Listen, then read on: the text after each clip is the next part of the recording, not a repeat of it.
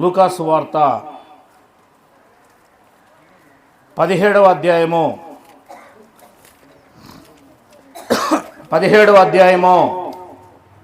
11వ వచనం నుంచి చదువుకుందాం.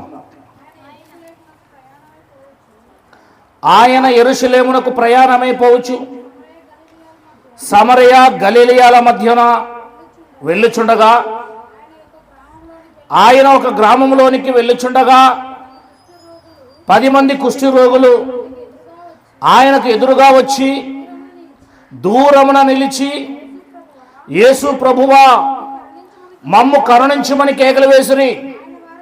ఆయన వారిని చూచి, మీరు వెళ్ళి మిమ్మును యాజకులకు కనపరుచుకోండి వారితో చెప్పాను. వారు వెళ్ళుచుండగా శుద్ధులైరి వారిలో ఒకడు తనకు స్వస్థత కలుగుట చూచి గొప్ప శబ్దముతో దేవుని మహిమపరచుచు తిరిగి వచ్చి ఆయనకు కృతజ్ఞతాస్తుతులు చెల్లించుచు ఆయన పాదాల యొద్ద సాగిలబడెను. వాడు సమరయుడు. అందుకు యేసు 10 మంది శుద్ధులైరి కారా, ఆ 9 ఎక్కడ? 9 మంది ఎక్కడ? ఈ అన్యుడు తప్ప దేవుని మహిమపరచుటకు తిరిగి వచ్చిన వాడెవడు అగపడలేదా అని చెప్పి, నీవు లేచిపోమ్ము, నీ విశ్వాసం నిన్ను స్వస్థపరచెను. దేవునికి మహిమ కలుగును గాక. హల్లెలూయా. ఈరోజు మనం ఈ వాక్యంలో ఉన్న అంతర్యాన్ని జాగ్రత్తగా చూద్దాం. జాగ్రత్తగా సిద్ధంగా ఉన్నారు అందరూ? ఎంతమంది కుష్ఠరోగులు? 10 మంది కుష్ఠరోగులు. 10 మంది కుష్ఠరోగుల కోసం మాట్లాడుతుంది ఇక్కడ. ఈ 10 మంది కూడా స్వస్థత పొందుకున్నారు. ఏం పొందుకున్నారమ్మా? 10 మంది కూడా స్వస్థత పొందుకున్నారు. దేవుడి చేత మేలు పొందుకున్నారు. కుష్ఠరోగులు అంటే ఎలా ఉంటారో తెలుసా మీరు? లెప్రసీ కాలనీ అని అనంతపురం పోయే రూట్లో ఉంటుంది. వాళ్ళందరూ కూడా ఎలా ఉంటారు అంటే, ఈ చేతులన్నీ కూడా వేళ్ళన్నీ కూడా తినేసి ఉంటాయి, కాళ్ళు వేళ్ళు తినేసి ఉంటాయి, ముక్కు తినేసి ఉంటుంది. అవునా? ఎక్కడ పడితే అక్కడ పెదవులన్నీ కూడా తినివేయబడి ఉంటాయి. వారిని చూస్తే పురుగుల అలా వాళ్ళ మీద పురుగులు తిరుగుతూ ఉంటాయి. కాళ్ళన్నీ కూడా వేళ్ళు ఉండవు, సగం కాళ్ళను తినేసి ఉంటుంది. చెయ్యి ఇట్లా ఉంటుంది, మొండిగా తినేసి ఉంటుంది. పురుగులంతా కూడా స్పర్శ ఉండదు, చీపు కారుతూ ఉంటుంది, రక్తం కారుతూ ఉంటుంది, వాళ్ళ శరీరంలో నుంచి స్మెల్ వస్తూ ఉంటుంది. వారు ఎక్కువగా స్నానాలు చేయరు. మనలాగా నీళ్లు తీసుకొని బట్ట తీసుకొని తుడుచుకుంటారు, నీళ్లు పోసుకోరు. పోసుకుంటే సెప్టిక్ అవుతుంది. వాళ్ళ దగ్గరికి వెళ్ళామంటే భయంకరమైన కంపు కొడుతుంది, ఆ వామిటింగ్ వచ్చేస్తుంది. కుష్ఠరోగులు, వీరు కుష్ఠరోగులు. ఇలా మనం చెప్తా ఉంటే కుష్ఠరోగం అనేది దేనికి సాదృశ్యం అంటే పాపానికి సాదృశ్యం. దేనికి సాదృశ్యము? మన లోపల ఉన్న పాపం కూడా ఇలాంటిదే. దేవుడికి మనం ఎలా కనబడుతున్నామంటే, ఒక కుష్ఠరోగి దగ్గరికి వెళ్ళి వాని చేతిలో నుండి ఒక యాపిల్ పండు తీసుకోగలవా? వాని చేతిలో నుండి ఆహారం తీసుకోగలవా? ఒక కుష్ఠరోగి వచ్చి నీకు అరటిపండు ఒలిసిస్తే తీసుకోగలవా? వారు అరటిపండు ఒలిసిస్తే అరటిపండు పట్టుకుంటేనే దానికంతా కూడా, ఆ పండుకంతా కూడా సీపు అంటుకుంటుంది, రక్తం అంటుకుంటుంది, వాడి యొక్క పురుగులన్నీ దానికి అంటుకుంటాయి. నువ్వు తినగలవా? ఇస్తే దూరంగా ఉండరా అంటావు, దగ్గర కూడా రానివ్వు. వాడి స్మెల్ చూసేపటికి నీకు వామిటింగ్ వచ్చేస్తుంది. దూరంగా ఉండరా, దగ్గరికి రావద్దంటావు. మనం బయటికి మంచి బట్టలు వేసుకుని ఉండవచ్చు, మనం మంచి అందచందాలు కలిగి ఉండవచ్చు, తెల్ల చర్మం కలిగి ఉండవచ్చు, హైట్గా బొత్తుగా ఉండవచ్చు. కానీ మనుషులకు నువ్వు నచ్చొచ్చేమో, కానీ దేవునికి నువ్వు పాపివి. నువ్వు దూరంగా ఉండాలి దేవునికి.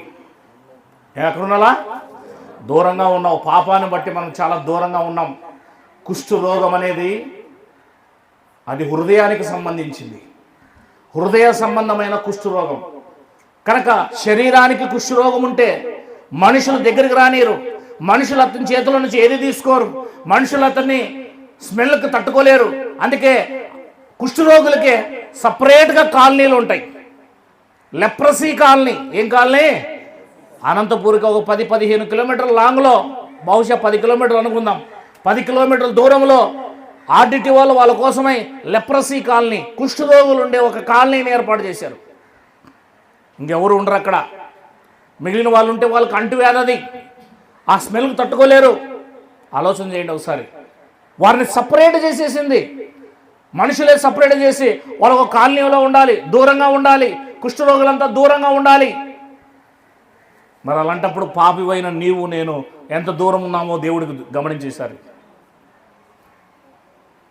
నువ్వు అందచందాలు చూసుకోవద్దు, మంచి శారీ వేసుకొచ్చి అనుకోవద్దు, కోట్ల రూపాయలు డబ్బులు ఉన్నాయనుకోవచ్చు, ఉద్యోగం ఉన్నాయనుకోవచ్చు, నీకు ఏదో ఉండదని లోకంలో అనుకోవచ్చు. కానీ అది కేవలం మనుషుల ముందు మాత్రమే నీ అందచందాలు, నీ సౌందర్యం, నీ అందం, నీ చర్మ సౌందర్యం అంతే. లోకంలో నువ్వు ఫెయిర్ అండ్ లవ్లీ పూసుకోవచ్చు, ఫెయిర్ వారు పూసుకోవచ్చు, లిప్స్టిక్ పూసుకోవచ్చు, మంచి సోపులు వాడచ్చు, హీరోయిన్ లాగా ఉండవచ్చు, హీరో లాగా ఉండవచ్చు. కానీ అది లోకంలో ఉన్న వారికి మాత్రమే నీ పై అందాన్ని చూసి ఆకర్షిస్తారే కానీ నీ హృదయము కుష్టి రోగం గలది.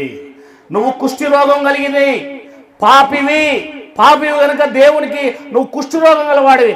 దూరంగా ఉండాల్సిందే, దూరంగా ఉండాల్సిందే. దేవునికి నువ్వు బహు దూరంగా ఉన్నావు. 59వ అధ్యాయము మొదటి వచనం. యెషయా 59వ అధ్యాయము మొదటి వచనం. ఓ మనిషి, నీ హృదయం అనే కుష్టుంది నీకు, నువ్వు కుష్ఠరోగం గలవాడివి, దేవునికి చాలా దూరంలో ఉన్నావు. ఒక మనిషిని, ఒక కుష్ఠరోగం గలవారిని మనం దగ్గరికి రానేమో, మన ఇంట్లోకి రానేమో, వాడి వస్తువులు ముడితే మనం వస్తువులు ముట్టము. 59కి మొదటి వచనం.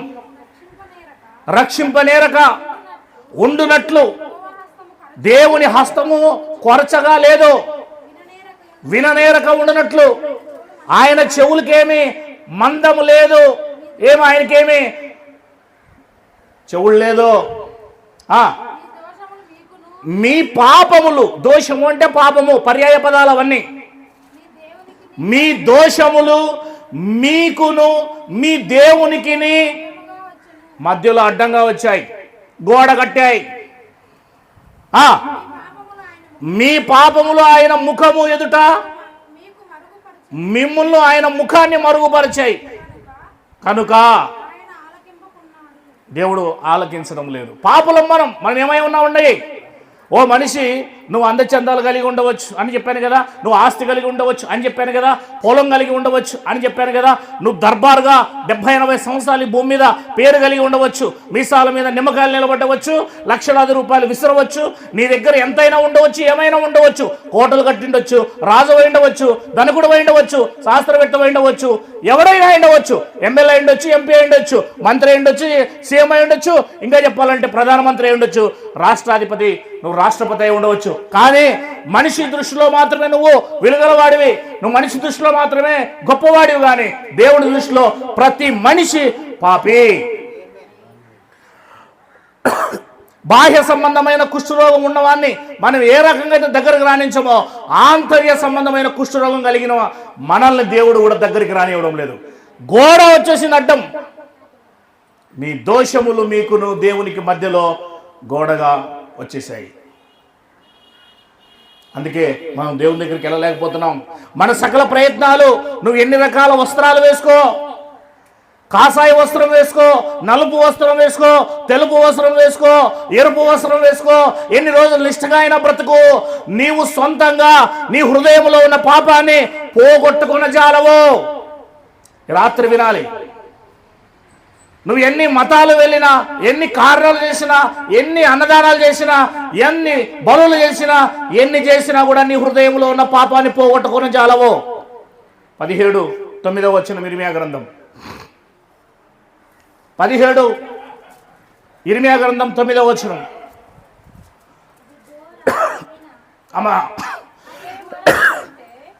అమ్మా, హృదయము అన్నిటికంటే మోసకరమైనది, అది ఘోరమైన కుష్టు వ్యాధి గలది. ఇది చెప్పాలి మీరు. వ్యాధి ఉందంట దానికి. హృదయానికి ఏముందమ్మా? వ్యాధి. ఏం వ్యాధి? కుష్టు వ్యాధి. శరీరానికి కుష్టు వ్యాధి ఉంది. నన్ను మీ ఇంట్లో చేర్చుకుంటారా లేదమ్మా? మీరు తినే అన్నము పల్లెంలో ఆహారం పెడతారా లేదా? పెడతారా లేదా? పెడతారా లేదా అంటున్నా. పల్లెంలో ఆహారం పెడతారా? మీ చెంబులు ఇస్తారా? మీ గ్లాసులు ఇస్తారా? మీ మంచం మీద నాకు పడుకోవడానికి స్థలం ఇస్తారా? అదే నేను కుష్ఠరోగిని అనుకోండి, సీపు కారుతూ ఉంది, పురుగులన్నీ పొరలాడుతున్నాయి, కాళ్ళన్నీ కూడా రక్తం కారుతూ ఉంది, నేను స్మెల్ కొడుతున్నా, స్నానం చేయక 10 ఏళ్ళు అయింది, ఓన్లీ బట్ట తీసుకొని తేంబడితో ఏం చేస్తున్నాను, తుడుచుకుంటున్నా, ఎందుకంటే వీటన్నిటికీ నీళ్ళు తగిలితే సెప్టిక్ అవుతుంది. నేనేం చేస్తున్నాను చెప్పండి? మీ ఇంట్లోకి రావడానికి ప్రయత్నం చేస్తే మీ ప్లేట్లో నాకు అన్నం పెడతారా? మీ మంచం మీద నన్ను పడుపెడతారా? మీ ఇంట్లో ఉన్న వస్తువులను నేను తాకనిస్తారా? బయట నిలబడంటారు. ఎక్కడ నిలబడమంటారు? కంపు కొడుతున్నావురా. అసలు దగ్గరకు వస్తేనే ఎలా ఉంటుందో తెలుసా? అంతెందుకండి, ఏ కుష్ఠరోగం లేని వారు రోడ్లలో 10 ఏళ్ళ నుంచి 5 ఏళ్ళ నుంచి పడిపోయి వాళ్ళు ఇలా వెంట్రుకలు పెంచుకొని అలా గడ్డం పెంచుకొని స్నానం చేయక ఒకే డ్రెస్ మీద 10-15 ఏళ్ళ నుంచి అక్కడే లెవిట్రైన్ చేసుకొని అక్కడే అన్నీ చేసుకొని అక్కడ కూర్చున్న వ్యక్తి దగ్గరికి వెళ్ళి మీరు కాసేపు మాట్లాడండి, నిలబడండి, నేను చెప్తా ఉండగానే మీకు ఏమేమో జరుగుతూ ఉంది లోపల. వామిటింగ్ కూడా వచ్చేస్తుంది కొద్దిసేపుకి. అంత గలీజ్ చేసుకున్నాడు అతను. 1-2 అన్నీ పోయాడు. వెళ్ళండి, ఆ స్మెల్ చూడండి, ఆస్వాదించండి. ఆహా, ఏమి సెంటు ఇది! దుబాయ్ సెంటా? చెప్పండి ఎలా ఉంటుందో. నీవు కూడా దేవుని దృష్టిలో అలాగే ఉన్నావు. నేను అలాగే చూస్తున్నాడు దేవుడు. కంపు రాను అంటున్నాడు, గలీజ్ రాను అంటున్నాడు. అక్కడే వామిటింగ్ చేసుకుంటున్నావు, అక్కడే లెవిట్రిన్ చేసుకుంటున్నావు, అక్కడే వంటికి పోసుకుంటున్నావు, స్నానం చేయలే, గలీజ్గా ఉన్నావు దేవుని దృష్టిలో నువ్వు. కానీ నువ్వు అనుకుంటున్నావు నేను అందగత్తెను, నేను అందగాడిని, నేను మహేష్ బాబును, నేను సౌందర్యను. లేచిపోతావు. కేవలం 70 సంవత్సరాలు మాత్రమే. ఎప్పుడు? కేవలం 70 సంవత్సరాలు పోతావు. నీ పాపాన్ని బట్టి నువ్వు వెళ్ళే చోటికి వెళ్తావు. 17:9 మళ్ళీ చదవండి.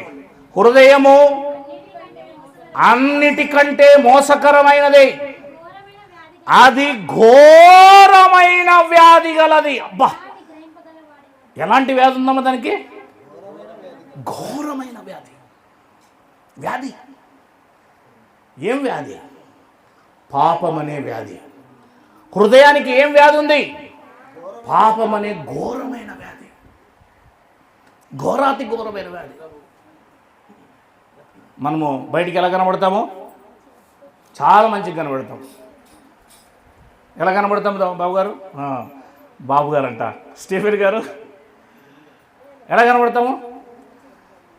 జీన్సు, పైకేమో మంచి షర్టు, చాలా విలువగా. ఏమండి, ఈ మధ్యకాలంలో ఒక విషయం తెలిసింది తెలుసా? బెంగళూరు మెట్రో ఏమంటారు దాన్ని, రైల్వే స్టేషన్లో నేను జస్ట్ అంతే, మెట్రో రైల్వే స్టేషన్లో అతను టికెట్ ఇచ్చారు. టికెట్ ఇచ్చేవానికి బుద్ధి ఉండాలి కదా. ఫస్ట్ అతను చూసినప్పుడు టికెట్ ఏమి ఇచ్చారు, టికెట్ తీసుకున్నాడు. అతను తీసుకున్న తర్వాత అతని వస్త్రాలు ఎలా ఉన్నాయి? పూర్తిగా మాసిపోయి ఉన్నాయి. వస్త్రాలు మాసిపోయి ఉన్నాయి. కర్ణాటక నివాసి అయి ఉన్నాడు. అతను ఒక సంచి తన భుజాల మీద వేసుకున్నాడు. మెట్రో టికెట్ ఇచ్చాకేమో, అది ఏసీ కోచ్. అయితే అక్కడ సెక్యూరిటీ ఏం చేస్తున్నారు? అతన్ని ఆపేస్తున్నారు. అరే, వస్త్రాలే సరిగా లేకపోవడం వల్ల, ఒక సంచి ఎత్తుకొని అతను వస్తుండడం వల్ల అక్కడున్న సెక్యూరిటీ కూడా స్టాప్ అలే నేను వాళ్ళకు భయపడా గెట్ అవుట్ అంటున్నారు అతన్ని. అక్కడ ఉన్న వాళ్ళు కొందరు వీడియోస్ తీసి ప్రశ్నిస్తున్నారు. టికెట్ ఇచ్చినప్పుడు ఎందుకు లోపలికి పోనివు? టికెట్ ఇచ్చే దగ్గర అతను చెప్పాలి కదా. చూసారా, ఒక మనిషినే, అతనికేం కుష్ఠరోగం లేదు, అతనేం 1-2 ఏం చేసుకోలేదు, అతనేం వామిటింగ్ చేసుకోలేదు. బట్టలు కేవలము ఎక్కడో పడుకున్నాడు పాపము, కొంచెం నలుపు అయిపోయాయి. బట్టలు నలుపైనందుకే, మనిషి బాగానే ఉన్నాడు, బట్టలు నలుపైనందుకే అతన్ని సెక్యూరిటీ టికెట్ తీసుకున్నా సరే లోపలికి అనుమతించలే. నువ్వు నేను పరలోకానికి పోతామా? దేవుడు అనుమతిస్తాడా?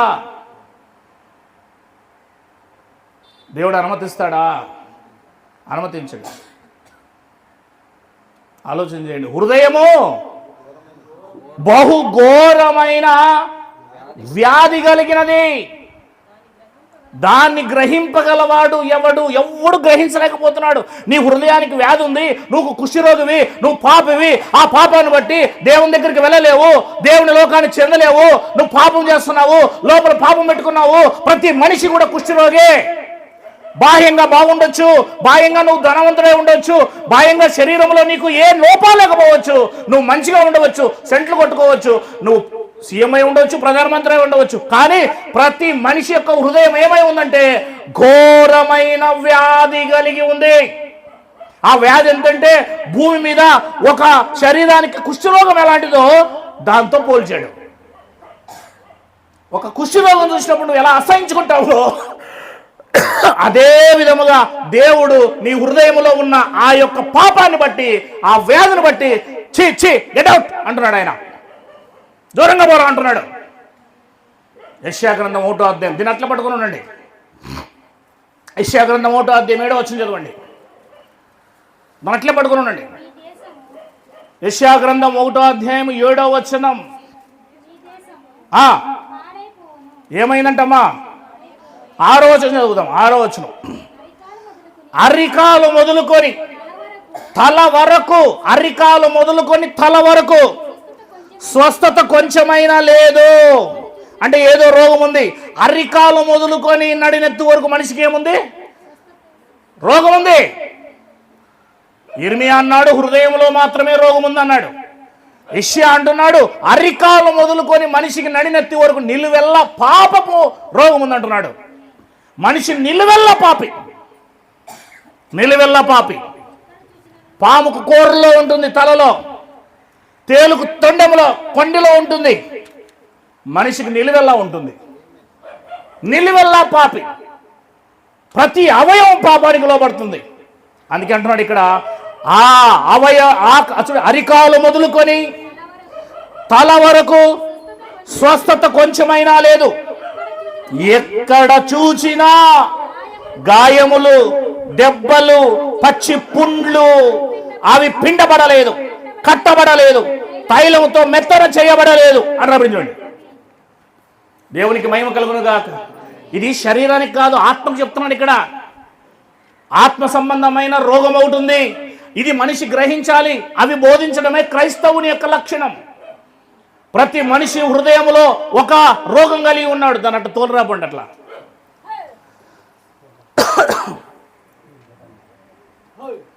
ప్రతి మనిషి హృదయంలో కుష్ఠు రోగం ఉంది.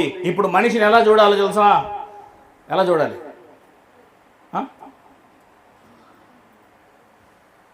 కొంతమంది అయితే లోకంలో ఎందుకండి చూడండి, రెడ్డిస్ ఉంటారు, కమ్మాస్ ఉంటారు,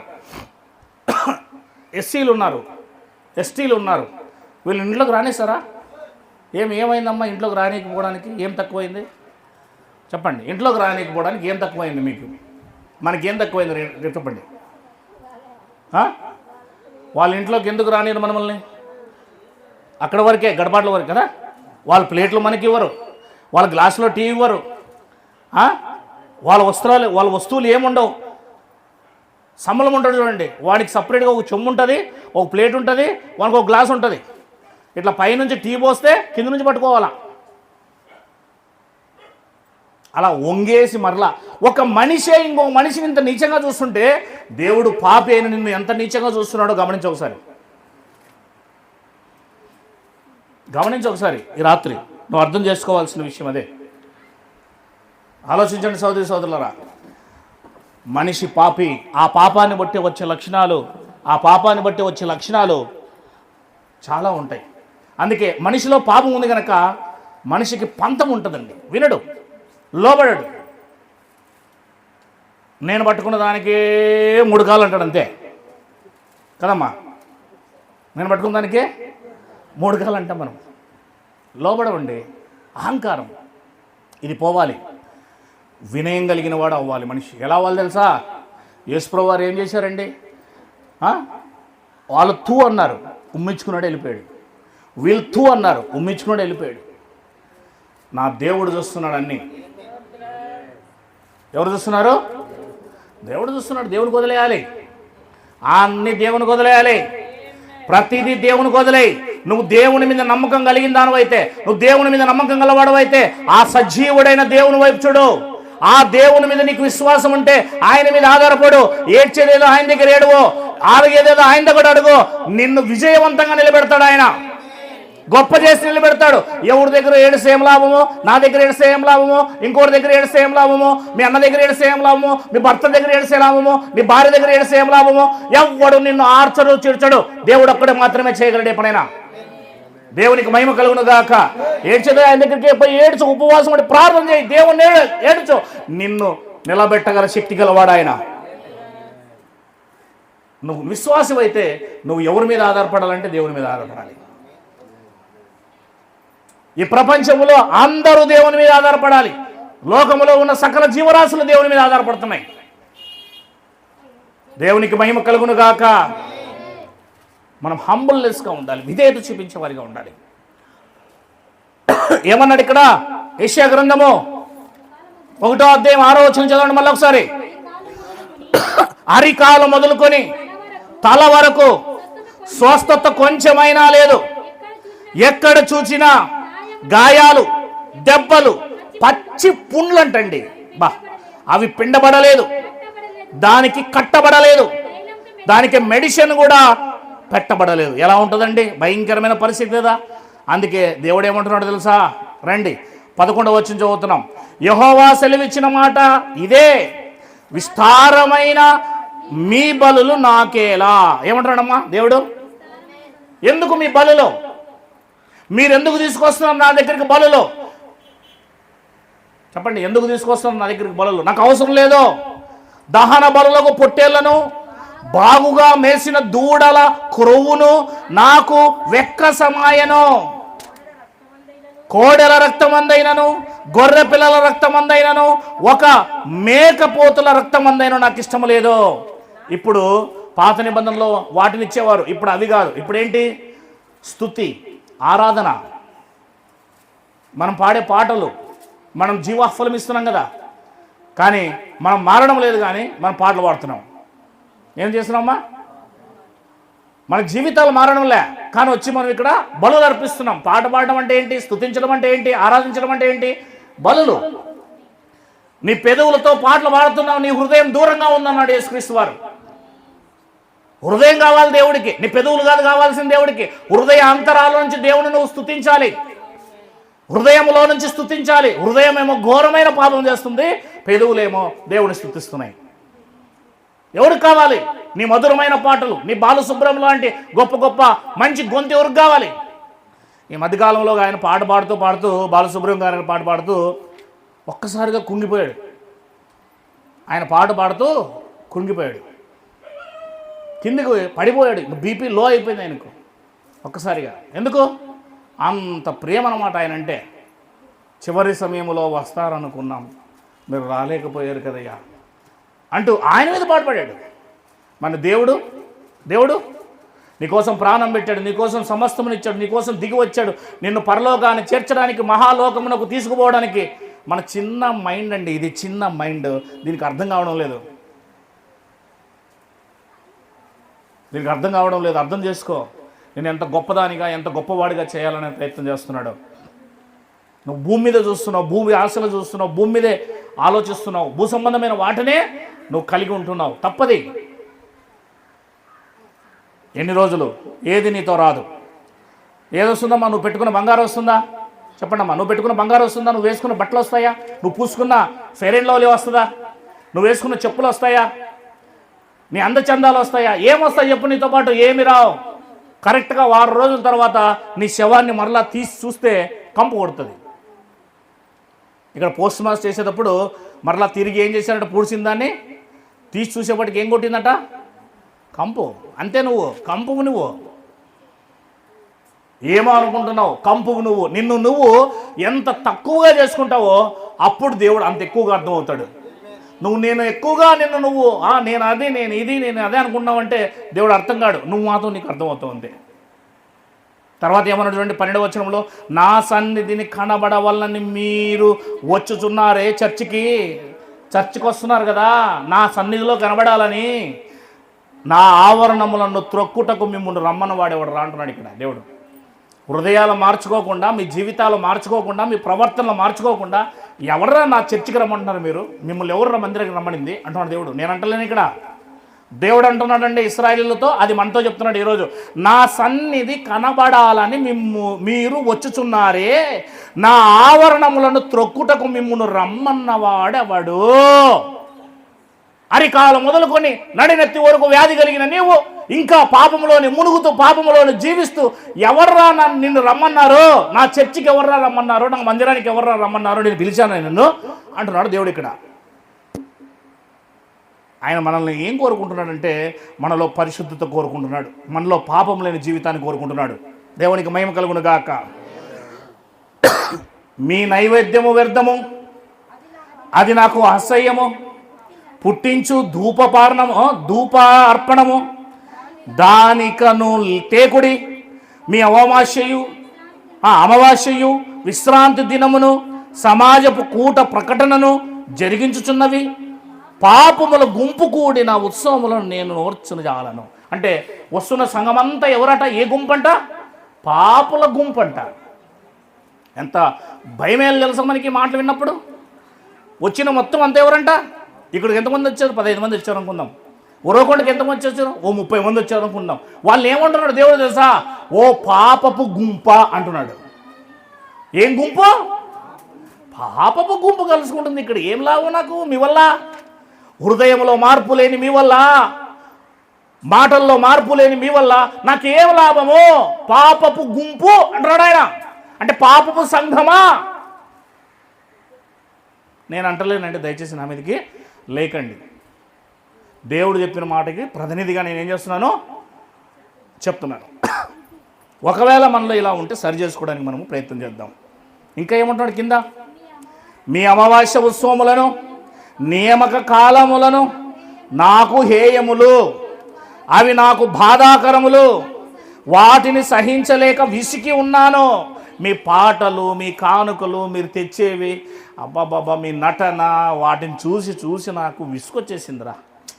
దేవుడు ఏమంటున్నాడమ్మా? మీ నటన, అబ్బాబాబా పర్ఫార్మెన్స్, ఏం పర్ఫార్మెన్స్ చేస్తారబ్బా మీరు, బాబా. హల్లెలూయా స్తుతి మహిమ. ఎక్కడి నుంచి పాడుతున్నారు? 15వ అధ్యాయం 7వ వచనం మత్తయి సువార్త. ఎక్కడి నుంచి పాడుతున్నాం మనం? పాపపు గుంపు. మనమంతా ఎవరు? పాపపు గుంపు అంతా కలిసి పాప పాటలు పాడేసి ఇంటికి వెళ్ళిపోయి చికెన్ తినేసి హాయిగా పడుకుంటున్నాం. అంతే.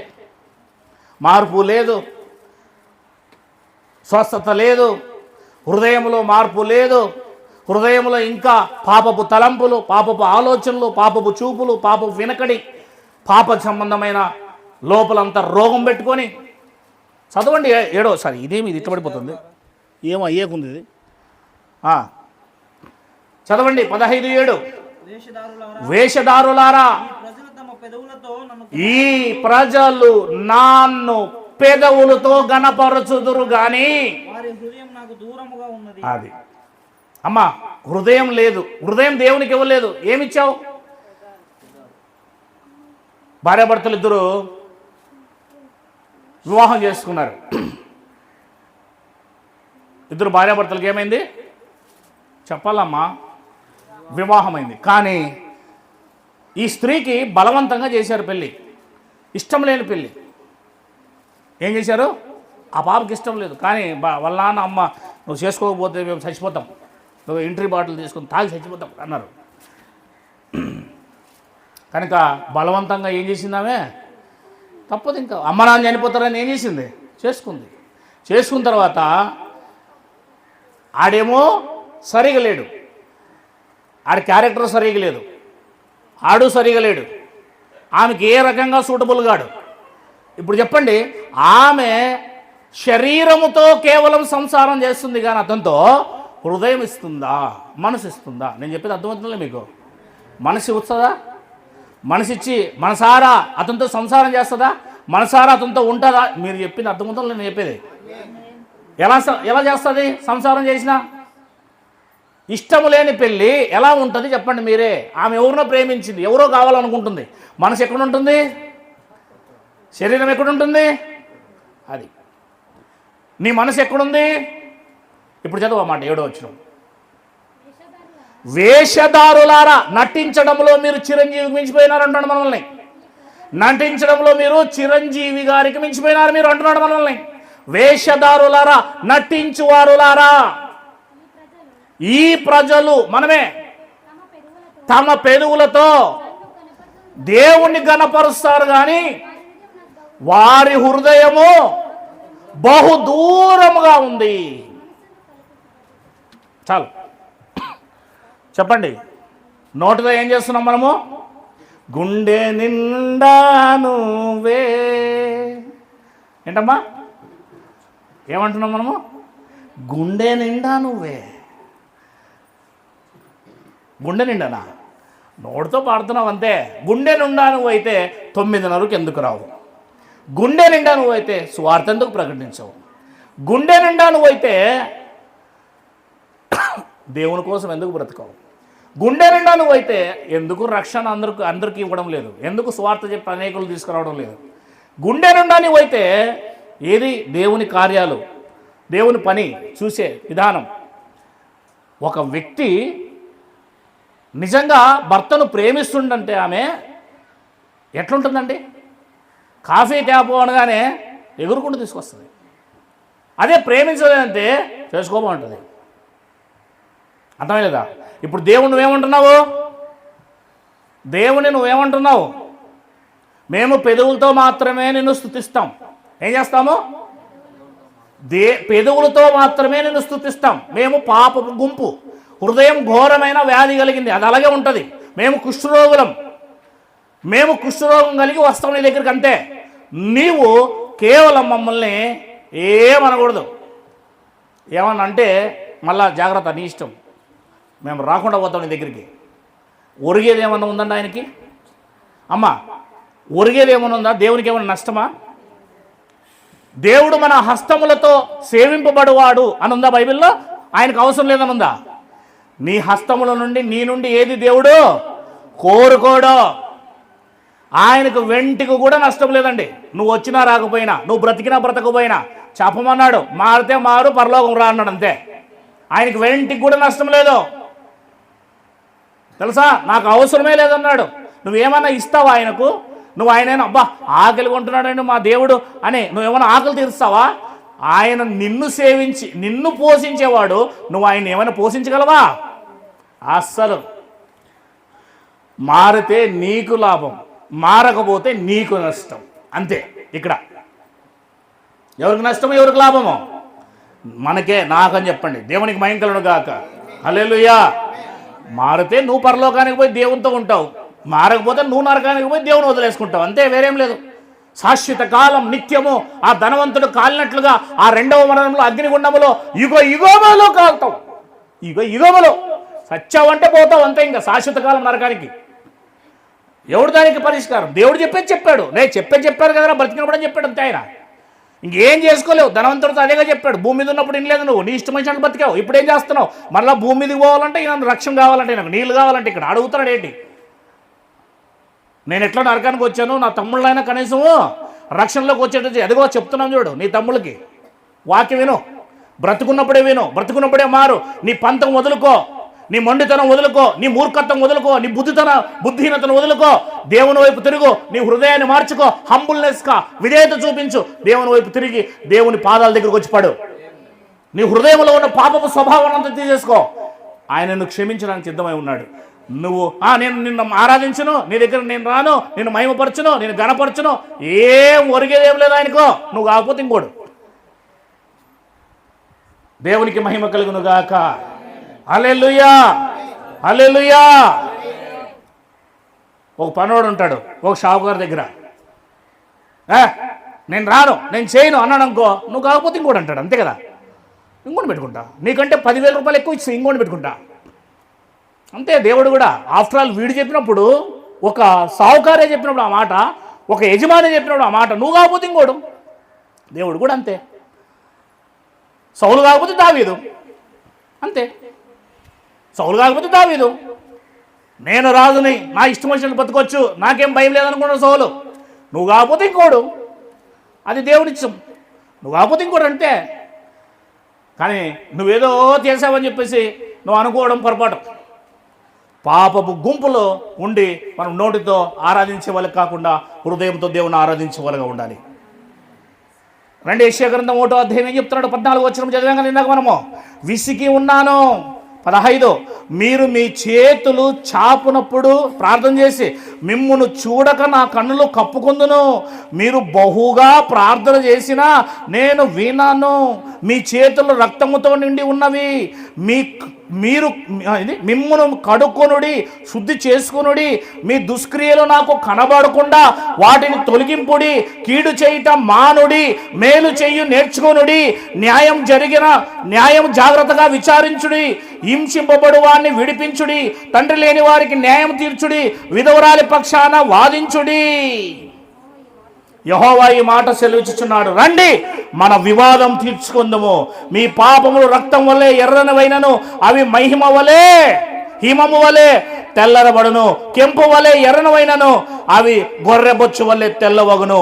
మీరు సమ్మతించి నా మాట విని నెడల మీరు భూమి యొక్క మంచి పదార్థములు అనుభవింతురు. నా మాట వింటే మిమ్మల్ని భూమి మీద గొప్పవారినిగా చేస్తా అంటున్నాడు. అక్కడ రా వివాదం తీర్చుకుందాం, రా కమాన్ అంటే అర్థం ఏంటి? ఇప్పుడు వెళ్ళి ఏం చేయాలి మనము? అయ్యా నేను పాపిని, నన్ను క్షమించు, నాకు అరికాలం మొదలుకొని నడనెత్తి వరకు స్వస్థత కావాలని అడగాలి ఆయన. మీరు అప్పుడు ఏం చేస్తాడంట?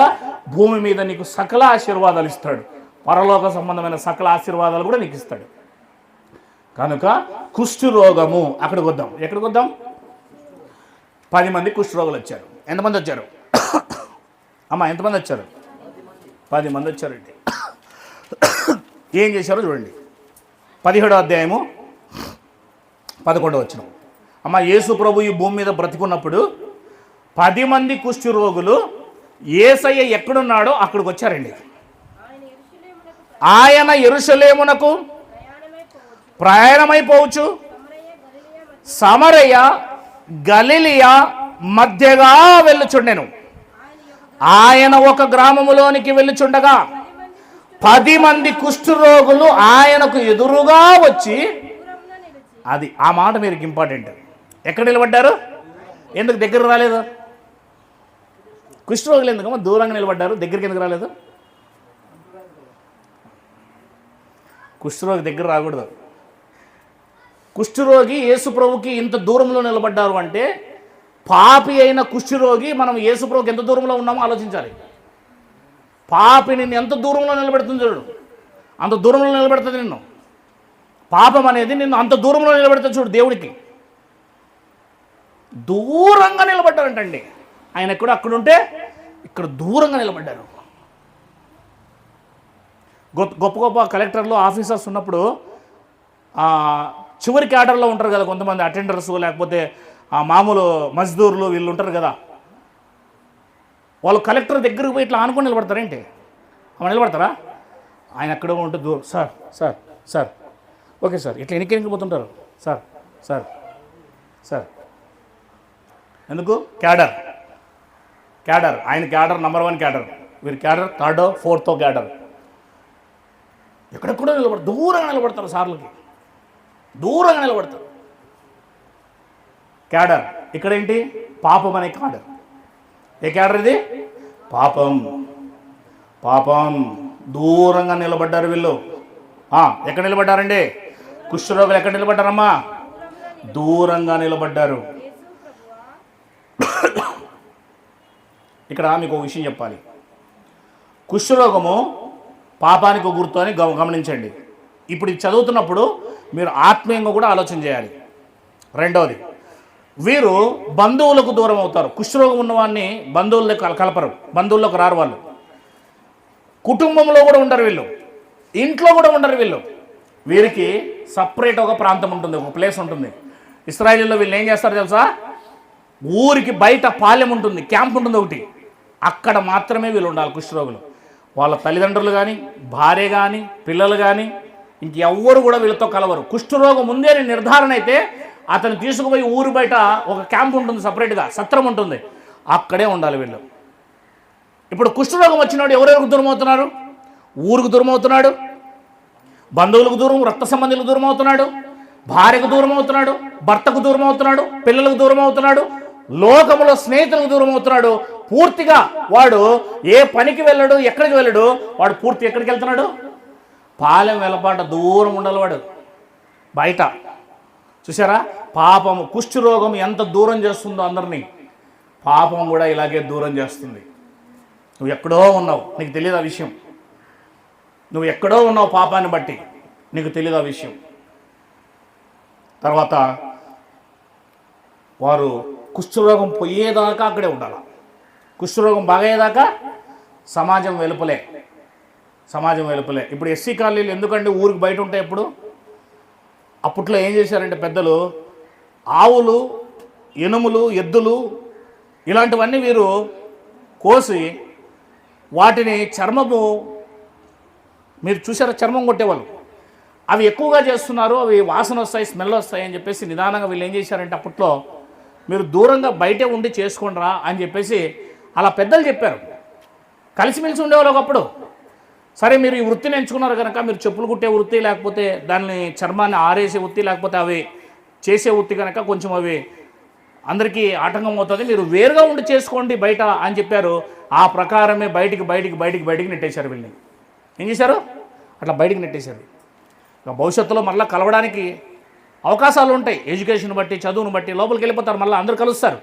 కానీ నేనేం చెప్తున్నానంటే దూరం చేశారు ఈ సమాజం. అదేవిధంగా పాపం కూడా ఏం చేసింది? కుష్ఠరోగం ఏం చేసిందంటే వీళ్ళని దూరం చేసింది. ఇది మీరు గుర్తుపెట్టుకోండి. నేను రెఫరెన్స్లు కూడా చూపిస్తాను, జాగ్రత్తగా వినాలి, జాగ్రత్తగా ఉండండి, వాక్యం జాగ్రత్తగా వినాలి. ఇది ఆదివారం. దేవునికి మహిమ కలుగును గాక. తర్వాత చూద్దాం, కంటిన్యూ చేయండి అమ్మా. యేసు ప్రభువా, వీళ్ళు ఏం చేశారు? ఎవరి దగ్గరికి వచ్చారు? యేసుక్రీస్తు దగ్గరికి వచ్చారు. ఆ 10 మంది కుష్ఠరోగులు 13వ వచనం చదువుతామే. యేసు ప్రభువా మమ్మను కరుణించుమని కేకలు వేసిరి అని రాయబడింది. ఇక్కడ మీరు కొన్ని మాటలు చూస్తే 13వ వచనంలో కరుణించు ప్రభువా అని అడిగారు. మీకు తెలుసా, కనాను స్త్రీ ఒకటి వస్తుంది, తన యొక్క బిడ్డకు దయ్యం పట్టింటుంది. ఆమె కూడా ఇలాగే అడుగుతుంది వచ్చి, ఏమని? నా బిడ్డకు దయ్యం పట్టింది, కరుణించు ప్రభువా అని అడుగుతుంది. ఒకసారి యేసుక్రీస్తు వారు ఒక ప్రాంతంలో నడుచుకుంటూ పోతా ఉంటే 2 గుడ్డివారు యేసయ్య పోతున్నాడని చెప్పేసి, దావీదు కుమారుడా మమ్మల్ని దాటిపోవద్దు, మమ్మల్ని కరుణించయ్యా అని అంటారు. కరుణ అంటే మా పట్ల జాలి చూపించు, దయ చూపించు, మాకు నీ యొక్క దయా జాలి చూపించు అంటే యేసుక్రీస్తు వారు దయ, జాలి, కరుణ చూపించే దేవుడని వీళ్ళకి తెలుసు. అంటే యేసుక్రీస్తు వారు అనుకుంటే ఏమైనా జరుగుతుంది, ఇది వీళ్ళకి తెలుసు. మనకు తెలియదు, ఇంకా మనకు తెలియదు. యేసుక్రీస్తు వారిని అడిగితే ఆయన ఏమైనా చేయగలడు అన్న విషయం ఈ 10 మంది కుష్ఠరోగులకి తెలిసింది. అదే విశ్వాసానికి గుర్తు. అది దేనికి గుర్తు? ఇది విశ్వాసానికి గుర్తు. దేవునికి మహిమ కలుగును గాక. అర్థమవుతుందా? విశ్వాసానికి గుర్తు. కనుక వీరు విశ్వాసమునకు కలిగి ఉన్నారు కనుక వీరు ఏమనయ్యారు? దేవుణ్ణి కరుణా సంపన్నుడు అని వాళ్ళకు తెలుసు. దేవునికి మహిమ కలుగును గాక. అందులోనే ఏముందో తెలుసా? 17వ అధ్యాయం 13వ వచనంలో ప్రార్థన ఉంది. ఏముంది? యేసు ప్రభువా మమ్మను కరుణించమని కేకలు వేశారు కదా, ఆ కేక అంటే ప్రార్థన. అంటే ఈయనకు ప్రార్థిస్తే మనకు సాయం చేస్తాడు ఈయన. అంటే యేసుక్రీస్తు వారు కుష్ఠరోగాన్ని పోగొట్టగలడు అని వీరికి విశ్వాసము ఉంది. వారికి ప్రార్థన చేసే ఆలోచన కూడా ఉంది. ఈయన కరుణ చూపించగల దేవుడు అని కూడా వాళ్ళకి తెలుసు. ఇది మనం తెలుసుకోవాలని రాయబడింది ఈరోజు ఇక్కడ. వాళ్ళ కోసం చదువుతున్నాం కాదు, ఇది మనం తెలుసుకోవాలి. ఇక్కడ మనం తెలుసుకొని మనం విశ్వాసం కలిగి నింపబడి మనం దేవుని అడగాలి. ఇప్పుడు ఇక్కడ దేవునికి మహిమ కలుగును గాక. 14వ వచనం, ఆయన వారిని చూచి మీరు వెళ్ళి మిమ్మును యాజకులకు కనపరుచుకొనుడని వారితో చెప్పాను. వారు వెళ్ళుచుండగా, దేవునికి మహిమ కలుగును గాక. ఏం జరిగింది ఇక్కడ? ఈ 14వ వచనాన్ని మీరు జాగ్రత్తగా ఆలోచిస్తే, వారు యేసుప్రభువునందు విశ్వాసం ఉంచారు, నంబర్ 1. నా వైపు చూడాలి. రెండవది కరుణించమని అడిగారు. మూడవది ప్రార్థించారు. అంటే యేసు ప్రభు పట్ల విశ్వాసం కలిగి ఉన్నారు. యేసు ప్రభు కరుణించగల దేవుడని, స్వస్థత పరచగల దేవుడని, మా కుష్ఠరోగం పోగొట్టగల దేవుడని, మమ్మల్ని బంధువుల దగ్గరికి తీసుకుపోయే దేవుడని, మరలా ఊర్లోకి చేర్చుకునే దేవుడని, ఆయన మా కుష్ఠరోగం పోతే మేము మరలా బంధువుల దగ్గరికి వెళ్తాం, ఇంటికి వెళ్తాం, పిల్లల దగ్గరికి వెళ్తాం, భార్యలతో కలుస్తాం, మేము కూడా సమాజంలో కలుస్తాం. హల్లెలూయా. కుష్ఠరోగం పోతే వాళ్ళు మరలా మామూలు మనుషులు అయిపోతే మరలా సమాజంలో వచ్చి కలుస్తారు, బంధువుల్లో కలుస్తారు, బంధువులు ఇంటికి పోతారు, ఇంటికి వస్తారు, భార్యాభర్తలు కలిసి ఉంటారు. అన్నీ జరుగుతాయండి ఇక్కడ. ఏం పోతే? కుష్ఠరోగం పోతే. ఇప్పుడు నీ పాపం పోతే నువ్వు పరలోకంలో కలుసుకుంటావు. ఎక్కడ కలుసుకుంటావు? అది పాపం పోనంత వరకు నువ్వు ఎక్కడ కలవవు. వీళ్ళకి కుష్ఠరోగం బాగా అయితేనే వీళ్ళు ఎక్కడికి పోతారు? నేరుగా ఇంటికి వెళ్ళిపోతారు. ఎక్కడికి వెళ్ళిపోతారు? నేరుగా ఇంటికి వెళ్ళిపోతారు. కుష్ఠరోగం పోయింది, వాళ్ళకి బాగా అయిపోయింది కనుక నేరుగా ఇంటికి పోతారు. భార్య పిల్లలతో ఉంటారు. సామాన్య మనుషులు, ఏ రోగం లేని వారు ఏ రకంగా అయితే ఉంటారో వీళ్ళు అలాగే జీవిస్తారు. స్నేహితుల దగ్గరికి పోతారు, సమాజంలో కలుస్తారు, బంధువులతో కలుస్తారు. వీళ్ళు ఎవరు ఏమీ అభ్యంతరమో చేయరు. నీ పాపము నిన్ను అభ్యంతరపరుస్తుంది, జాగ్రత్త. నిన్ను పరలోకానికి పోకుండా ఆపుతుంది, జాగ్రత్త. పాపం ఏం చేస్తుంది తెలుసా? ఇప్పుడు నిన్ను పరలోకపు తండ్రి దగ్గరికి, పరలోకపు కుటుంబమును కలవకుండా చేస్తుంది పాపం. 8వ అధ్యాయం 21 వచనం, యోహాను సువార్త. యోహాను సువార్త 8వ అధ్యాయం 21 వచనం. నీలో ఉన్న కుష్ఠరోగం, నీలో ఉన్న ఆ పాపం అనే కుష్ఠరోగం మరి ఒకప్పుడు ఆయన, నేను పరలోకమనే నా తండ్రి దగ్గరికి వెళ్ళిపోతున్నాను, మీరు నన్ను వెదుగుతారు కానీ మీరు మీ పాపములోనే ఉండి చనిపోవుదురు. మీ పాపములోనే ఉండి కుష్ఠరోగంతోనే ఉంటే ఎప్పుడన్నా ఇంటికి పోతాడా? వాడు బంధువులతో కలుస్తాడా? సహోదరులతో కలుస్తాడా? రక్త సంబంధులతో కలుస్తాడా? ఎక్కడ ఉండాలా? పాలెం వెలపాలే ఉండాలా, ఊరు బయట ఉండాలా. ఏమాత్రం కలవడానికి వీల్లేదు సమాజంతో వాడు. మరి చెప్పండి, ఇప్పుడు ఇక్కడ బైబిల్ ఏమంటుంది? నేను వెళ్ళిపోతున్నాను స్వర్గానికి, పరలోకానికి, తండ్రి దగ్గరికి. మీరు నన్ను వెతుకుతారు, నేను భూమి మీద కనబడను. సిలువ వేయబడిన తర్వాత మీరు మీ పాపములోనే ఉండి చనిపోదురు, నేను వెళ్ళి చోటుకు మీరు రాలేరు అన్నాడు. చూడండి, పాపములో ఉండి చనిపోయావో, నీ హృదయంలో ఉన్న పాపాన్ని పోగొట్టుకోకపోతే నువ్వు పరలోకమనే తండ్రి దగ్గరికి వెళ్ళవు, పరలోక సమాజానికి వెళ్ళవు, పరలోకంలో ఉండే బంధువులైన మన దేవుని దగ్గరికి వెళ్ళవు, మన తండ్రి దగ్గరికి వెళ్ళవు. నువ్వు వెళ్ళాలి అక్కడికి, నిన్ను కలుపుతాడు ఆయన. కుష్ఠరోగిని ఏ రకంగా అయితే తన ఇంటిలో, సమాజంలో, మరలా ఊర్లో కలుపుతున్నాడో ఇక్కడ బాగు చేసి నీ పాపాలను కూడా తీసివేసి నిన్ను పరలోకం అనే సమాజంలో కలపాలనుకుంటాడు యేసుక్రీస్తు వారు. నీకేమో నచ్చడం లేదు, నీకేమో ఇంట్రెస్ట్ లేదు, ఇంకా పాపాల మీద పాపాలు, ఇంకా పాపాల మీద పాపాలు, ఇంకా పాపాల మీద పాపాలు చేసుకుంటూనే వెళ్ళిపోతున్నావు. నువ్వు నిర్లక్ష్యం చేస్తున్నావు. నువ్వు ఎలా పాపం చేసుకుంటూనే పోతున్నా. ఎన్ని మాటలు విన్నా నీ హృదయం కఠినం అయిపోతుంది. హృదయము, మనస్సాక్షి వాత వేయబడుతుంది. ఇంక నువ్వు ఎవరు చెప్పినా వినవు, ఎంత చెప్పినా వినవు. దేవుడు దిగి వచ్చి నీకు రాత్రి కలలో చెప్పినా కూడా వినవు. ఎందుకంటే హృదయం కఠినపరచబడుతుంది. ఫరో హృదయం 6 సార్లు తానంతకు తాను కఠినపరుచుకున్నాడు దేవుడు చెప్పినప్పుడు. 4 సార్లు దేవుడు కఠినపరిచాడు. మారాలనుకున్నప్పుడు దేవుడు కఠినపరుస్తాను. నేను తెలుసా, నువ్వు వినకపోతే, ఇప్పుడే మారకపోతే, ఇదే మంచి గడియ అని, ఇదే రక్షణ దినం అని, ఇదే సరైన సమయం అని, నా పాపాలు ఒప్పుకుంటాను, నా మండితనం తీసేసుకుంటాను, నేను దేవుని మీద ఆధారపడతాను, నేను దేవుడు చెప్పినట్లే చేస్తాను, దేవుడు కూర్చోమంటే కూర్చుంటాను, లేమంటే లేస్తాను అనే స్వభావము నీలో ఉంటే, లోబడే స్వభావం ఉంటే, విధేయత నీలో ఉంటే ఆ దేవుడు నిన్ను బాగు చేయనుగాక, నిన్ను సరిచేయనుగాక, అనేకులకు మాదిరిగా నిన్ను నిలబెట్టునుగాక, నిన్ను చూసిన వారు అందరూ దేవుని కుమారుడు కుమార్తెలు అనేలాగున నిన్ను ఉంచునుగాక. దేవునికి మహిమ కలుగునుగాక. హల్లెలూయా. ఏం జరిగింది ఇక్కడ? 10 మంది కుష్ఠరోగులతో ఏమన్నాడు యేసుప్రభువు వారు? మీరు వెళ్ళండి, యాజకులకు కనపరుచుకోండి అని చెప్పగానే వాళ్ళు ఏం చేశారు అంటే, ఏందో ప్రభువా, ప్రభువా ఏందో. ఈ 10 మంది వచ్చి ఇట్లా అనుకోలేదండి, మాట్లాడుకోలేదు. పక్కకు వచ్చి గుంపుగా ఏందో ఈయన దగ్గరికి వస్తే ఈయనేమో యాజకుల దగ్గరికి పోమంటాడు, ఈయన బాగా చేస్తాడేమో ముట్టి ఇట్లా మేము అనుకుంటువి. కానీ ఈయనేం చేస్తున్నాడు? యాజకుల దగ్గరికి పో అంటున్నాడు. ఇంకా బాగే కాలే, ఇక్కడ మమ్మల్ని బాగే చేయలే, యాజకుల దగ్గరికి పోతే ఎట్లా, ఇంకా ఇదంతా ఇట్లా ఉంది, కృష్ణుడు ఆడ బాగోలే అని వాళ్ళు డౌట్ పడలేదండి. దేవునికి మహిమ కలుగునుగాక. హల్లెలూయా. వాళ్ళు అనుమానించలేదు. యేసు మాట విని యాజకుల దగ్గరికి వెళ్ళమంటే వెళ్ళిపోతున్నారు అంతే. ఇట్లా లోబడే స్వభావం. దేవుడు చెప్తే లోబడాలేలుగా, దేవుడు చెప్తే విధేయత చూపించలేలుగా. పోతుండగా ఏం జరిగిందో 15 వచనం చదవండి. వారు దారిలో యాజకులు ఎద్దుకు వెళ్తుండగా ఏమైందంటమ్మా? శుద్ధులైరి. వారిలో ఒకడు తనకు స్వస్థత దారిలో పోతుండగా కలుగుట చూచి గొప్ప శబ్దముతో దేవుణ్ణి మహిమపరిచి తిరిగి వచ్చి ఆయనకు కృతజ్ఞత స్తుతులు చెల్లించుచు ఆయన పాదాల ఎదుట సాగిలపడెను. దేవునికి మహిమ కలుగును గాక. ఈ 10 మంది ఏం చేశారు? 10 మందికి ఏముంది చెప్పండి? కుష్ఠరోగం. 10 మందికి యేసు ప్రభు పట్ల ఏముంది చెప్పండి? నంబర్ 1 చెప్పండి అమ్మ అందరూ. విశ్వాసము. విశ్వాసం ఉంటేనే కదా అతని దగ్గరకు వస్తారు. ఈ డాక్టర్ అయితే బాగా చేస్తాడు అనుకుంటే కదా అక్కడికి వెళ్తారు. నాకు ఇక్కడికి పోతే బాగా అవుతుంది అనుకుంటే కదా అక్కడికి వెళ్తారు. విశ్వాసం ఉండాలి ముందు. తర్వాత వాళ్ళకి ఏముంది? మా రోగాలను తీసివేయగలడన్న విశ్వాసం వాళ్ళకు ఉంది. తర్వాత వాళ్ళు ఏం కలిగి ఉన్నారు? కరుణ. దేవుడు ఏం చూపించగలడు? యేసుప్రభు ఏం చూపించగలడు? కరుణ చూపించగలడు. మా రోగాన్ని తీసివేయగలడు అన్న ఆలోచన కూడా వాళ్ళకు ఉంది.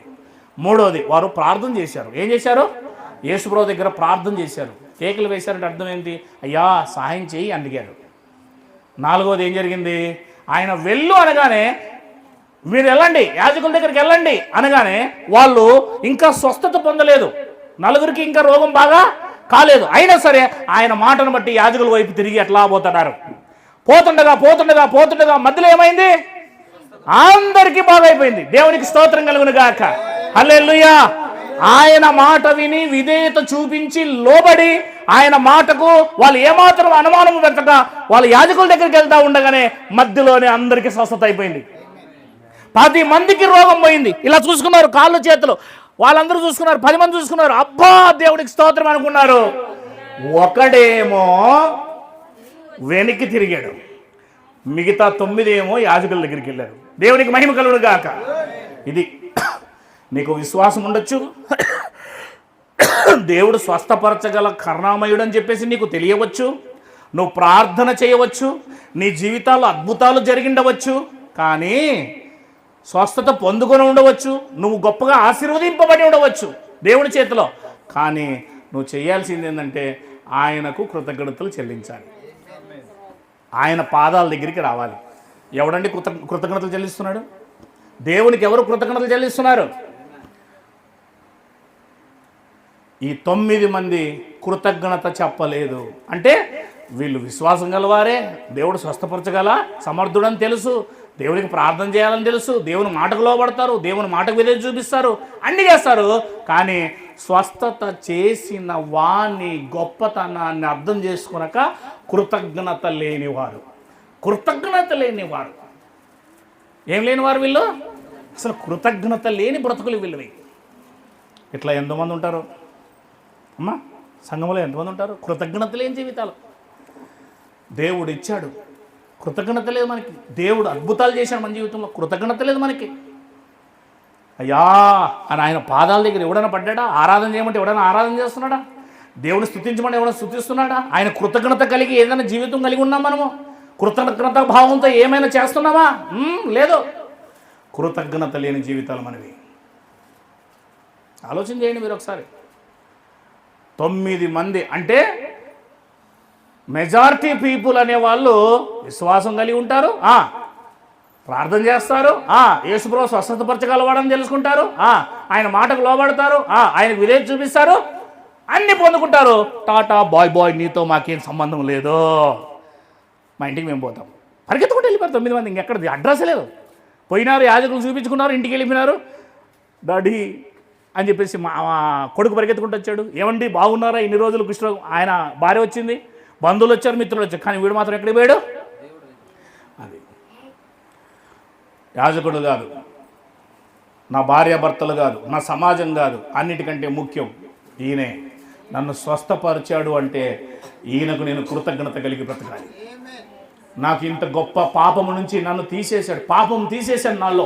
నరకానికి పోవాల్సిన నేను పరలోకానికి పోయే మార్గాన్ని నా కోసం పరలోకం నుంచి దిగి వచ్చి 33 సంవత్సరాలు దేవుడుగా ఉండవలసిన వాడు నరుడుగా అయి నా కోసం ఆయన ఉమ్మించుకొని, నా కోసం గుద్దించుకొని, నా కోసం కొట్టించుకొని, నా కోసం ముళ్ళు కిరీటం పెట్టుకొంచుకొని, నా కోసం తిట్టించుకొని, నా కోసం వీపంతా కూడా దున్నబడి, నా కోసం అవమానపరచబడి 6 కోట్ల మంది నిలబడి అన్యాయమైన తీర్పులు పొందుకొని ఆఖరికి నా కోసం సిలువలో 6 గంటల సేపు వేలాడబడి, తండ్రి వీరేమి చేయించున్నారు వీరెరుగురంటూ ఆకలికి దాహం వేసిన నీరివ్వలేని స్థితిలో నీ కోసం ఇంకా సిలువలో ఆయన క్షమాపణ కలిగి నీ కోసం మరణించాడు కదా, వచ్చి భూమి మీద నరకం అనుభవించాడు కదా నీకోసము.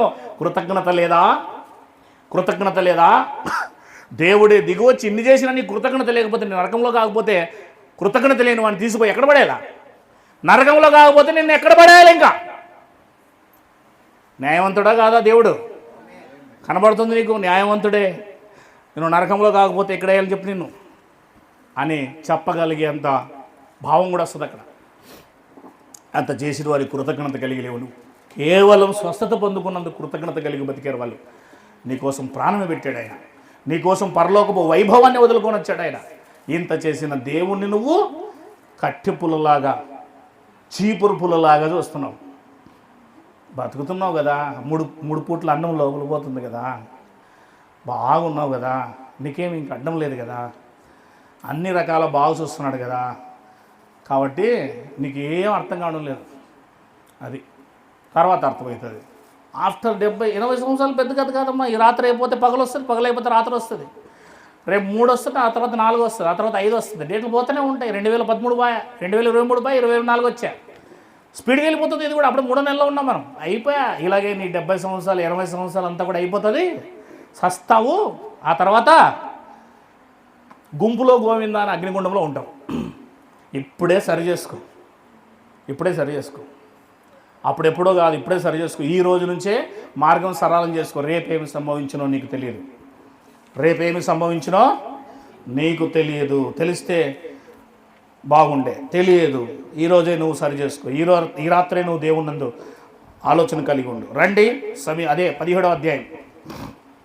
అందుకు యేసు 10 మంది శుద్ధులైరి కారా, ఆ 9 మంది ఎక్కడా అని అడుగుతున్నాడండి. అంటే కృతజ్ఞత లేని వారిని అడుగుతున్నాడా లేదా? కృతజ్ఞత లేని వారిని అడుగుతున్నాడా లేదా? అది అంటే ఆయనకు కృతజ్ఞతలు చెల్లించాలని తెలియజేస్తుంది ఇక్కడ. ఈ మాట ఏం తెలియజేస్తుంది? నేను నిన్ను స్వస్థపరిచాను, నేను నీ రోగం తీసేస్తున్నాను, నేను నీ పాపం తీసేస్తున్నాను, నీవు నాకు కృతజ్ఞత కలిగి బ్రతకాలి. హల్లెలూయా. మనకు ఎవరైనా మేలు చేస్తే, ఆపదల్లో మనల్ని లేవనెత్తితే, చావు బతుకుల్లో ఉన్నప్పుడు మనల్ని తీసుకెళ్లి హాస్పిటల్లో చేర్చి డబ్బు అంతో ఇంతో ఇచ్చి మనకు రక్తం ఇచ్చి మనల్ని కాచి కాపాడితే అతన్ని కృతజ్ఞత కలిగి ఉంటాం కదా మన జీవితాంతము. భౌతికమైన అవసరాలు తీర్చిన వారికి మనం ఏం కలిగి ఉంటామో? కృతజ్ఞత కలిగి ఉంటామే. నిన్ను ఆత్మరక్షణ తీసుకొని పరలోకానికి తీసుకుపోయి స్వర్గంలో నిన్ను గొప్పగా నిలవబెట్టాలి, కూర్చోబెట్టాలి దేవుని దగ్గర అనే ఆయన దిగి వస్తే నీకు కృతజ్ఞత లేకుండా బ్రతికితే ఇంకెందుకయ్యా నీ బ్రతుకు? ఏం బ్రతకయ్యా నీ బ్రతుకు? నీ బ్రతికే బ్రతక కాదు అసలు. నీ కృతజ్ఞతే లేదు అసలు. ఏం అడుగుతున్నాడు ఆయన అడుగుతున్నాడు. 9 మందిగా ఎక్కడ పోయారా? 10 మంది కదా నీకు శుద్ధులైంది. అంతేలేరా మీరు? అంతేలేరా? మేలు పొందుకొని వెళ్ళిపోతారా? వెళ్ళిపోతారు. ఏదో ఒక రోజు మధ్యలో మీరు అర్ధాంతరంగా మమ్మల్ని వదిలేసి వెళ్ళిపోతారు. అంతే కదమ్మా. అర్ధాంతరంగా ఏమవుతారు? వెళ్ళిపోతారు. అందరూ టాటా బాయ్ బాయ్లు చెప్పుకుంటూ వెళ్ళిపోతారు. షెడ్డీ నిక్కర్లే విడిచిపెట్టిపోయారు మమ్మల్ని. ఇంక ఈ దేవుణ్ణి విడిచిపెట్టరేంటి? అంతే కదా జాన్? అంతా విడిచిపెట్టి వెళ్ళిపోతారు. ఆదివారం రోజున ఎందుకు రావాలి? కృతజ్ఞత, దేవునికి కృతజ్ఞత చెల్లించడానికి రావాలి. కొలస్సీ పత్రిక 2వ అధ్యాయం. దేవునితో ఎందుకు కలవాలి? సమాజంగా ఎందుకు కలవాలి? కొలస్సీ పత్రిక 2వ అధ్యాయము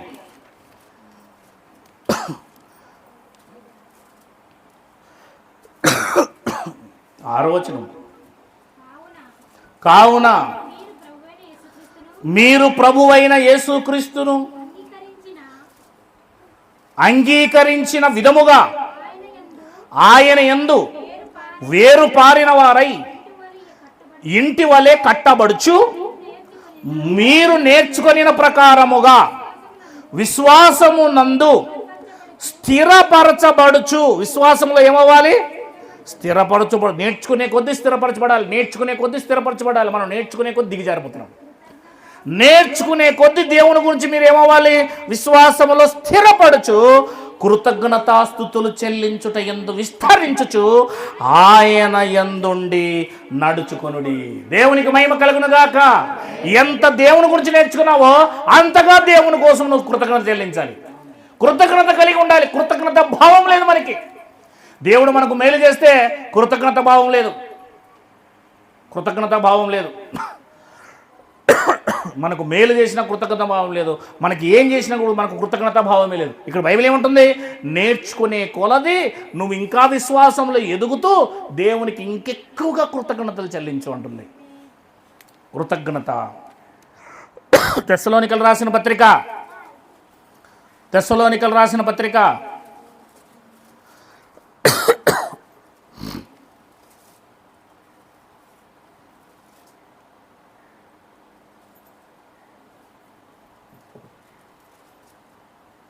తీసారా? 5వ అధ్యాయం 18వ వచనం. మొదటి తెస్సలోనికలు రాసిన పత్రిక. తెస్సలోనిక అనేప్పటికీ మొదటి దాన్ని అర్థం చేసుకోవాలి. ఈలాగు చేయుట పైనుంచి అమ్మా 16 నుంచి ప్రతి విషయమునందు అంటండి. మంచి గాలి ఇచ్చాడనుకో కృతజ్ఞత చెల్లించు. మంచి ఆహారం ఇచ్చినాడనుకో కృతజ్ఞత చెల్లించు. అవునా? ప్రార్థన చేయకుండానే కృతజ్ఞత చెల్లించకుండానే అన్నం తినే రకం మనం. అలాంటప్పుడు ప్రతి విషయములో అంటున్నాడు. ఇక్కడ ఏమంటున్నాడు? ప్రతి విషయమునందు కృతజ్ఞత స్తుతులు చెల్లించుడి అని రాయబడింది. దేవునికి మహిమ కలుగును గాక. అది దేవునికి ఇష్టం, అది దేవుని చిత్తం. అలా చేయుట దేవుని చిత్తం. ప్రతి విషయంలో మంచి వర్షం ఇచ్చావు ప్రభువా, నీ కృతజ్ఞతా స్తుతులు. మంచిగా ప్రయాణంలో రక్షించావు ప్రభువా, నీ కృతజ్ఞతా స్తుతులు. మంచి ఆరోగ్యాన్ని ఇచ్చావు ప్రభువా, నీ కృతజ్ఞతా స్తుతులు. కృతజ్ఞత చెప్పు, థ్యాంక్స్ చెప్పు ఆయనకి. ఏం పోయేది ఉందని నోటితో చెప్పేదానికి? నోటితో చెప్పేదానికి కూడా మనకి ఏదో పోయినట్టు చేస్తాం. ఎప్పుడు కూడా ఏం చేయాలి తెలుసా? నువ్వు దేవునికి కృతజ్ఞతలు చెల్లిస్తూనే ఉండాలి. లేకపోతే దేవుడు ఏమడుగుతాడు?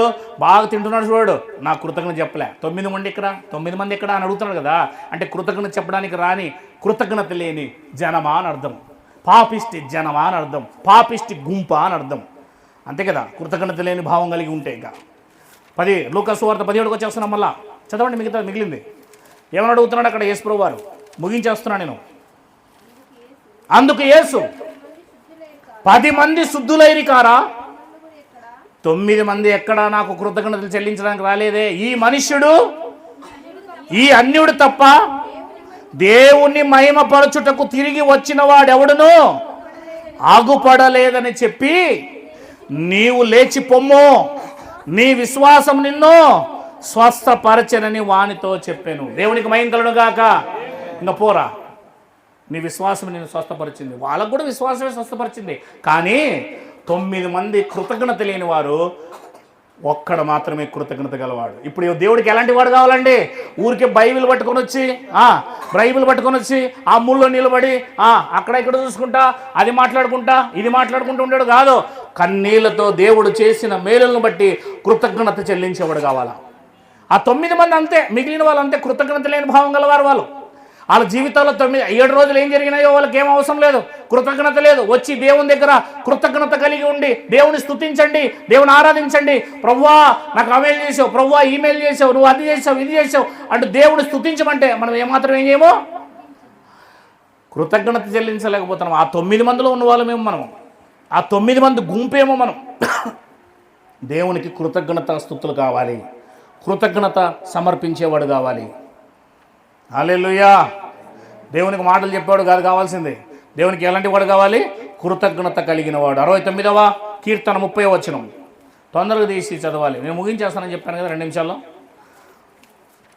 69వ కీర్తన 30. మంచి గాలి ఇచ్చింది దేవుడు, మంచి ఆహారం ఇచ్చింది దేవుడు, మంచి పప్పు ఇచ్చింది దేవుడు, మంచి కూర ఇచ్చింది దేవుడు, మంచి రసం ఇచ్చింది దేవుడు. ఈరోజు ఆదివారం చికెన్ ఇచ్చింది దేవుడు. చికెన్ ఇచ్చింది దేవుడా? కట్టుకోవాడు కదా. అబ్బో చాలా నేర్చుకున్నావండి నువ్వు. కోడిచ్చింది దేవుడే, అవునా లేదా? ఆవిచ్చింది దేవుడే, మేకిచ్చింది దేవుడే, గొర్రెచ్చింది తలకాయ కూరి 1 కేజీ అంటాం మనం. ఏమంటాము? నీ తలకాయ తీసే రోజు వస్తుంది. ఏంటి? తలకాయ కూర. ఆ తలకాయ ప్రాణం పోగొట్టుకున్నది నీ కోసం ఏమిచ్చింది? నిన్ను బ్రతికించాలని ప్రాణం పోగొట్టుకుంది. అలా చెయ్యాలని దేవుడు దానికి అనుమతించాడు. ఓకే ప్రభువా, నీ బిడ్డల కోసం నేను ప్రాణం ఇచ్చేస్తా ప్రభువా అని చెప్పేసింది. అది 69:30.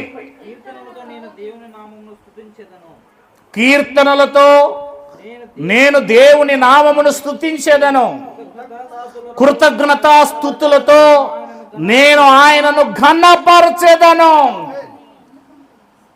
ఎద్దు కంటేను కొమ్ములను డెక్కలను గల కోడె కంటేను అది యెహోవాకు ప్రీతికరం అంటండి. హల్లెలూయా. ఎద్దులు అర్పించట కంటే, బలులు అర్పించట కంటే ఏది ప్రీతికరము, దేవునికి ఇష్టము? దేవునికి కృతజ్ఞత కలిగి ఉండుట, దేవుని స్తుతించుట, అంతకన్నా మించింది ఏం లేదు. దేవుని గురించి పాడుట, దేవుని కృతజ్ఞత చెల్లించుట నువ్వు బలి అర్పించేదానికంటే గొప్పదంట. బలి అర్పించాలంటే ఒక 20,000 30,000 తీసుకొచ్చి బలి అర్పించాలా? ఇక్కడ ఏం లేదు. నోటితో దేవుడు చేసిన మేలు కృతజ్ఞత స్తుతులు అర్పిస్తే చాలండి. ఏ పైసా ఖర్చు పెట్టాల్సిన అవసరం లేదు. నువ్వు ఆరాధన చేయమంటే, కృతజ్ఞత చెల్లమంటే చెల్లించు. అది నీకు తెలిసింది. ఆ 9 మందిలో ఉన్నావు నువ్వు, అంతే. నీకు అర్థం కాలే. ఆ 9 మందిలో ఉన్నావు కాబట్టి నీకు అర్థం కాలే. ఒక్కడు ఉంటాడు అంటే 100కి 1 ఉంటాడు, అంతే. 10 మంది కూడా కనబడుతున్నాడు ఇక్కడ. హల్లెలూయా. దేవునికి మహిమ కలుగును గాక. 22వ కీర్తన 25వ వచనం. 22వ కీర్తన 25వ వచనం. నాకు 1 నిమిషం ఉంది. 22, 25. మహాసమాజములో నిన్ను గూర్చి నేను కీర్తన పాడుదెను, ఆయన యందు భయభక్తులు గల వారి ఎదుట నా మొక్కుబడులు చెల్లించెదను. దేవునికి మహిమ కలుగును గాక. ఏమంటాడు ఇక్కడ? మహాసమాజములో అంటే సంఘములో నిన్ను గూర్చి నేను కీర్తనలు పాడెదను. అంటే అర్థం ఏంటి? నిన్ను స్తుతిస్తాను, నిన్ను ఘనపరుస్తాను, నిన్ను మహిమపరుస్తాను అని అర్థం. పాటలు పాడమంటే పాటలు పాడదు, దేవుని స్తుతించమంటే స్తుతించం. అవునా? మరి అంతకన్నా ఏం కావాలంటుంది బైబిల్ ఇక్కడ? అది దేవుడికి కావాల్సింది ఏంటి? స్తుతి, కృతజ్ఞత. ఇప్పుడు కృతజ్ఞతా భావం ఎవరు కలిగి ఉన్నారు? ఒక్కడు. మిగిలిన 9 మంది ఏమయ్యారు? కృతజ్ఞత లేని వాళ్ళు. ఆ 9 మందిలో మనం ఉన్నామేమో ఈరోజు మనం గుర్తుపెట్టుకుందాం.